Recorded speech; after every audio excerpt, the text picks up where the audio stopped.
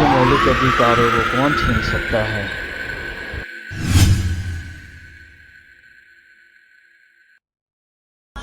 Hello everyone, welcome to my channel. दोस्तों, हम सभी जानते हैं कि भारतीय संविधान हमें मौलिक अधिकार देता है, जैसे समानता का अधिकार, बोलने की आज़ादी। लेकिन क्या आप जानते हैं कि ये अधिकार आपको किसी भी आम इंसान के खिलाफ नहीं मिलते हैं। अगर आपका पड़ोसी आपको बोलने से रोके तो आप सीधे सुप्रीम कोर्ट नहीं जा सकते, लेकिन अगर सरकार या कोई सरकारी अथॉरिटी आपके अधिकारों को छीने तो आप उन्हें कोर्ट में घसीट सकते हैं। पर यहाँ सबसे बड़ा सवाल यह है कि सरकार की परिभाषा में कौन कौन आता है। इसी का जवाब छुपा है अनुच्छेद 12 में, जो डिफाइन करता है कि एक बहुत बड़ा शब्द राज, द स्टेट। संविधान का भाग 3 शुरू ही आर्टिकल 12 से होता है।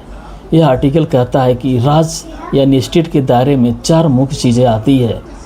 पहला, केंद्र सरकार और सांसद, सेंट्रल गवर्नमेंट एंड पार्लियामेंट, यानी हमारे प्रधानमंत्री, उनकी कैबिनेट, लोकसभा और राज्यसभा।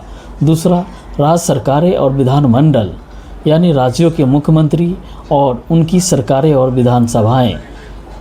तीसरा, स्थानीय प्राधिकरण, लोकल अथॉरिटीज़, आपके शहर का नगर निगम, गांव की पंचायत या जिला बोर्ड। चौथा, अदर अथॉरिटीज़, और यहीं पर आकर कहानी में सबसे बड़ा ट्विस्ट आता है। यह अदर अथॉरिटीज़ क्या है?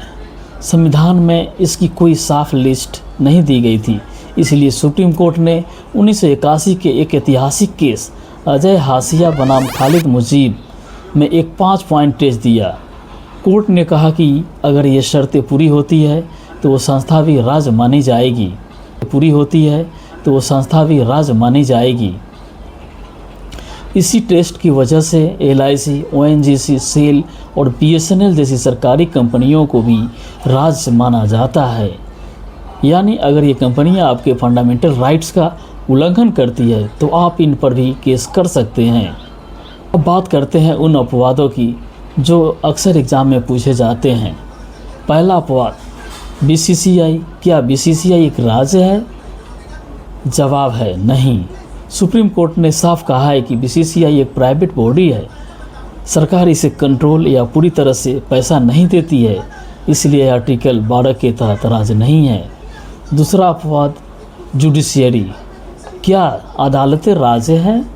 इसका जवाब थोड़ा मज़ेदार है। जब कोर्ट्स न्यायिक काम करती है, यानी केस का फैसला सुनाती है, तब वो राज्य नहीं होती।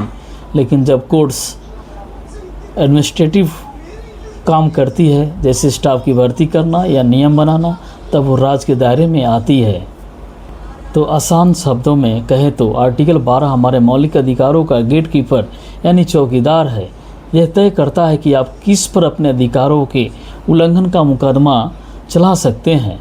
संसद से लेकर आपके शहर की नगरपालिका और सरकारी कंपनियों तक, ये सब आर्टिकल 12 के दायरे में आते हैं।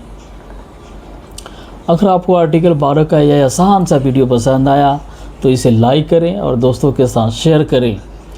अगले वीडियो में हम बात करेंगे आर्टिकल 13 की। तब तक के लिए जय हिंद।